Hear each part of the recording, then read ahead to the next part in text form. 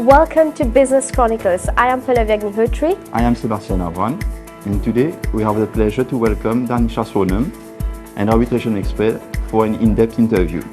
Followed by important tax deadlines for the month of May, which will be presented by Tanuja Appajala, manager at Rogers Capital Tax. Let's now delve into the first segment of Business Chronicles. Welcome, Danisha. It's a pleasure to have an expert in arbitration with us on the platform of Business Chronicles. Could you kindly introduce yourself and provide some insights into your background and experience in the field of arbitration? Good morning, Pallavi, and first of all, thank you for having me with you today. So when I came back to Mauritius after my studies, quite a long time ago now, some 13 years ago, at that point in time, we were taking our baby steps towards international arbitration. So it was quite an exciting time to be back home. We've had domestic arbitration for a long time in the country, but then international arbitration was quite new at the time. And so coming back with my master's with a specialization in international commercial and investment arbitration, at that time, it's exciting at the same time, but then it's a challenge at the same time, because when you're starting, it's not always easy and it's new for everyone. So we all have our doubts, and bottom line, it's a challenge. I think one of the things that I realized, and that's what got me into teaching, because that's what I've been doing for the last 13 years as part-timer, teaching arbitration, mostly international arbitration. I've been in academia for a while now.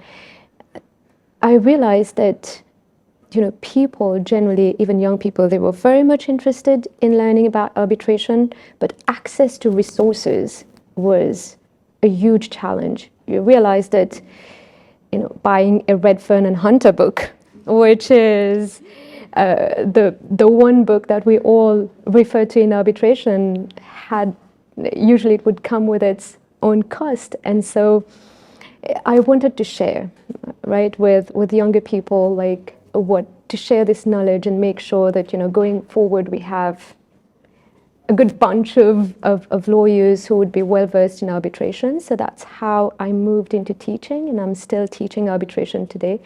I've been involved in a couple of arbitration cases. Right now, most of my work actually is teaching, but it's also working across law and arbitration issues, law and policy issues. So I'm kind of getting into this new area right now, which is not too well known here and even on the African continent, which is how do we get, move from purely litigation-based to more of ADR processes, but also while catering for all policy issues that you may have arising while you move along the way. So yeah, again, that's an interesting aspect of the work that I'm doing right now. We know that you written a book, Getting into Arbitration, right? Into international arbitration. Can you provide us with more insight on it? Yes, so as I was saying earlier, the book came into existence because I wanted to share the knowledge. And given what we said earlier about the price of books in this new booming sector in the country, there was this quest for knowledge, and that's how I got into writing the book.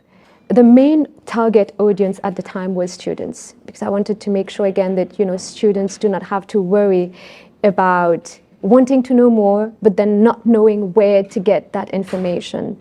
And that's how getting into international arbitration took shape.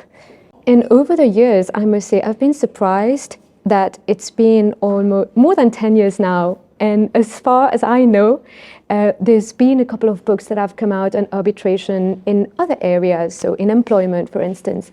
But in commercial and investment arbitration in Mauritius, there has been no other book. Now, probably you will ask me why that is the case. I think that writing is a daunting process. And it demands a lot of time, a lot of energy and effort. And if you're practicing as a barrister, these are things that you don't always have the time and energy for that. And also, like writing, doesn't fetch you a lot of money as well. So let's be honest about that. But it's given me a lot of satisfaction. And over the years, I've had people, initially it was meant just for students, but I know that, it's gone beyond just students holding a copy of the book.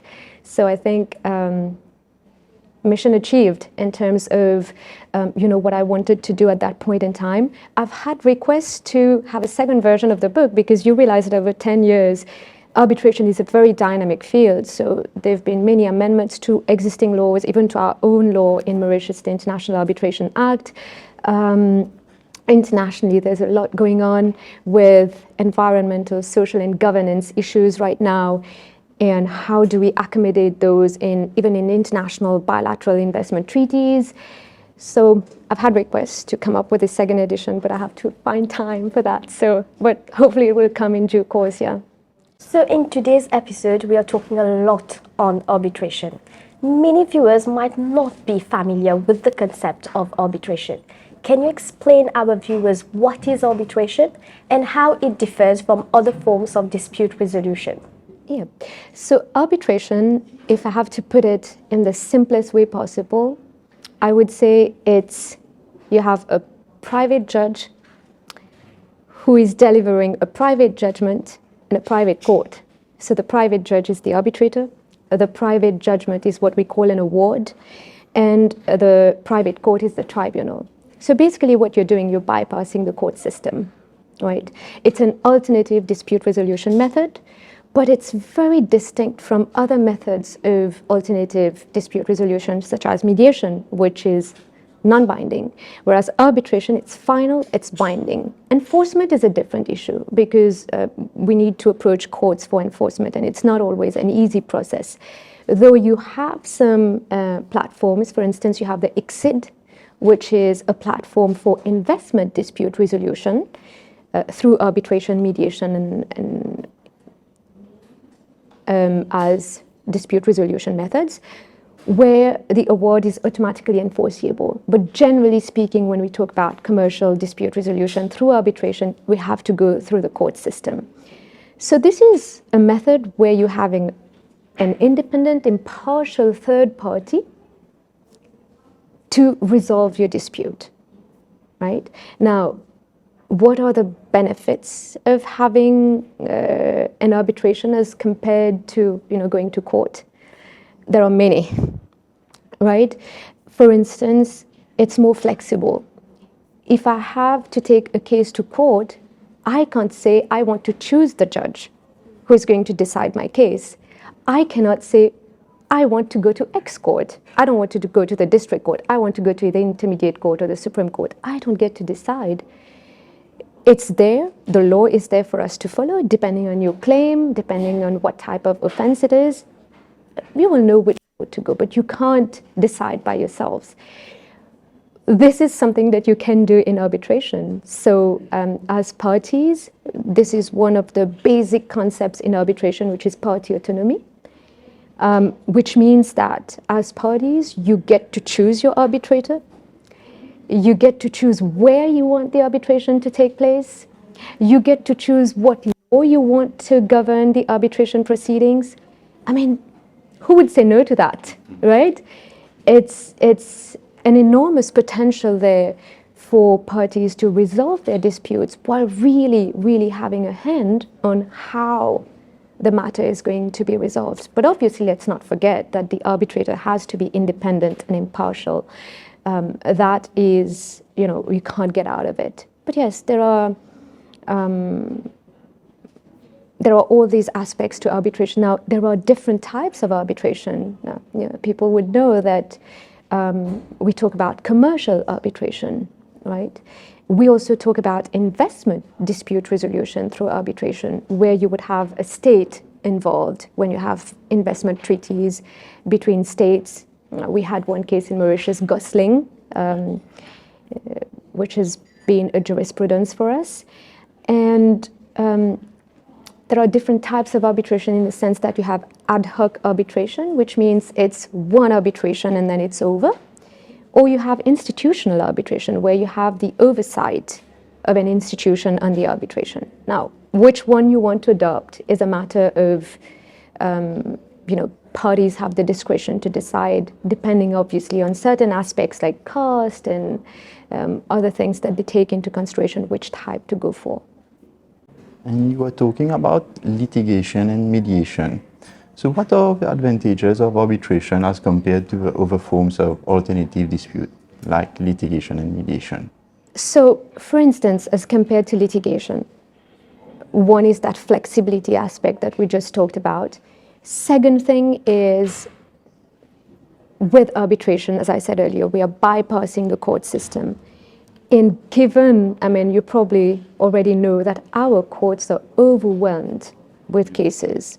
This is not just in Mauritius, but particularly here, we do have an overwhelming number of cases going to courts on a daily basis. And so it takes a lot of time for cases to be resolved, years sometimes. Obviously, when it takes more time, it costs you more money, right? If we're talking about a tax dispute resolution, for instance, you have to engage tax experts, you have to engage lawyers in the process. You have multiple stages even before you land up in court, right? So it's a long process, and it can be very daunting. It can be hard on litigants, on respondents, on different parties who are involved in the process. And the whole idea about arbitration is to make it easier, cost less, and take less time. If I have to, go back to why I would choose arbitration over a purely litigation process. Now, as compared to mediation, I think one of the biggest advantages is with arbitration, it's the closest we get to litigation, but it's not litigation, right? But as compared to mediation, for instance, it's going to be final and binding, which you won't get with a mediation, right? Another aspect of it is confidentiality. Well, you will have that with mediation as well, but that's definitely a plus point as compared to litigation, because generally speaking, when you talk about the business community, who wants to have a fight with their business partners? But it happens, right? And so when that happens, I think parties want to make sure that their goodwill is not affected, that their name doesn't unnecessarily get dragged in public. And arbitration kind of provides you a platform where you can maintain, particularly in commercial dispute resolution, you can maintain confidentiality to a large extent. Considering the rapid evolution of technology, how do you anticipate the transformation of arbitration going forward? I think it started already, but over the years now, we will see more online arbitration platforms, where it will be easier for case management, for holding hearings. You don't necessarily need to move from one place to the other, be physically present for the hearing to be conducted in terms of case management, hearing, even digital filing of documents. All that, I think, increasingly will become easier with advances in technology. Now with AI, that is another question. I think it's going to be a huge challenge.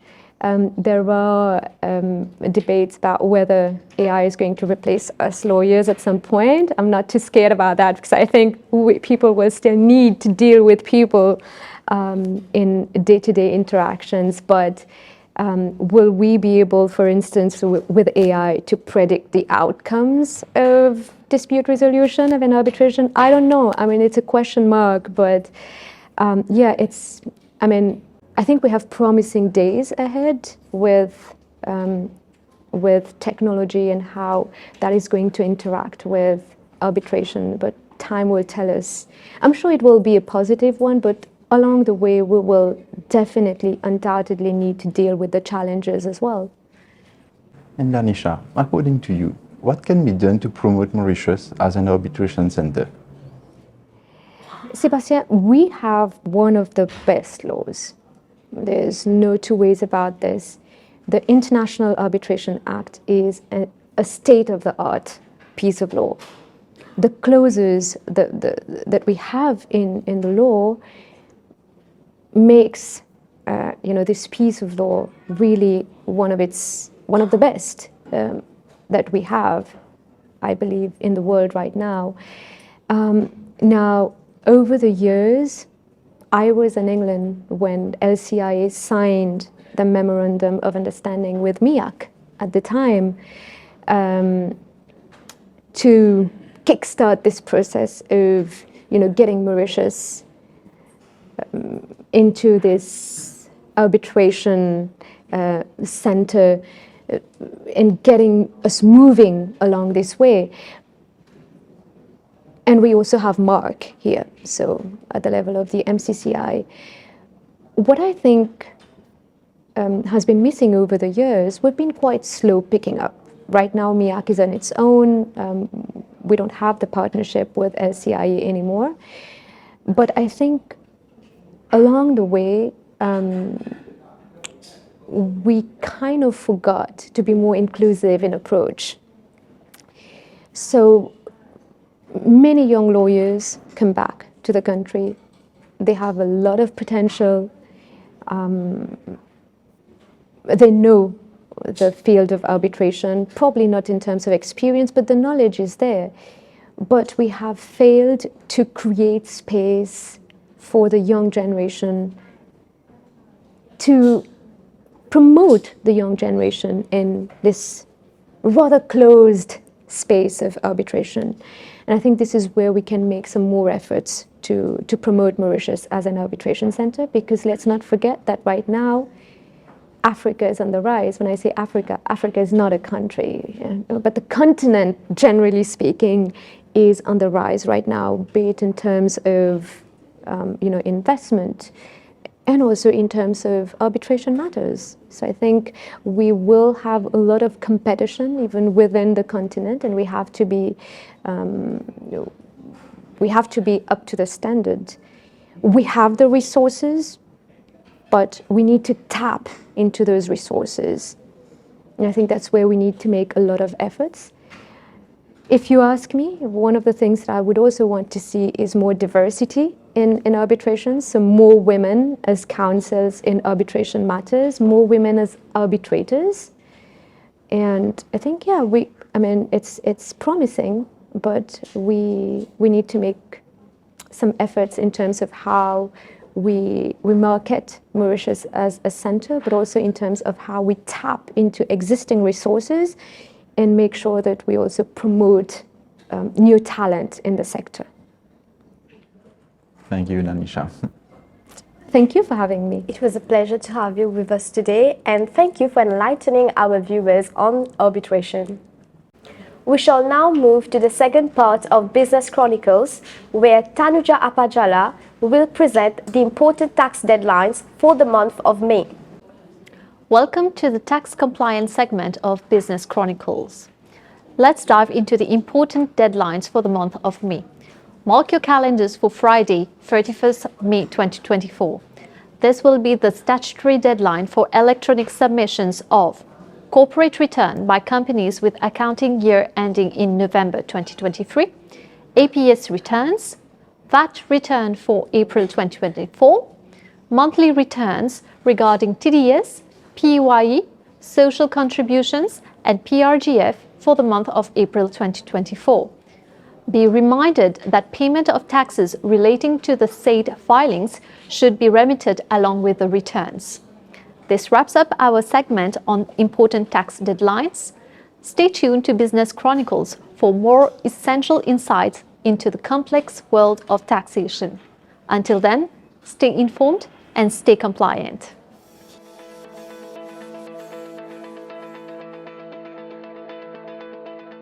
Hi, just want to remind you of the purpose of the Finance and Tax Academy.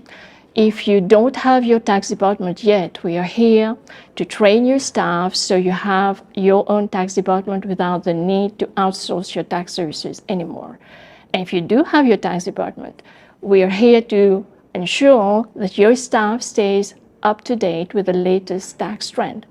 That said, we're soon going to have our first masterclass session, which will be a 2 half-days event. We are covering hot topics that's relevant to all, which will be presented by renowned speakers. On day one, we are pleased to have Mr. Musafir, former Director of Large Taxpayers Department of the Mauritius Revenue Authority, and Ryan Alas, Managing Director of Rogers Capital Tax Specialist Services, who will walk us through the global tax challenges that led to BEPS action that shaped the current Mauritius tax landscape. Exchange of information is key in the process. You will understand how exchange of information is used as a tool for tax measures development then and now, and how it contributes to administrative assistance in tax matters.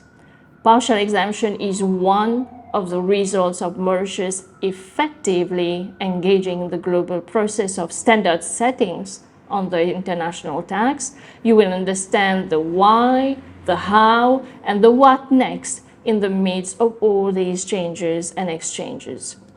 Day 2 will be on tax investigation and controversies. Session will be delivered by Joanne Haig, founder of Prism Chambers and tax lawyer, and Ryan Alas.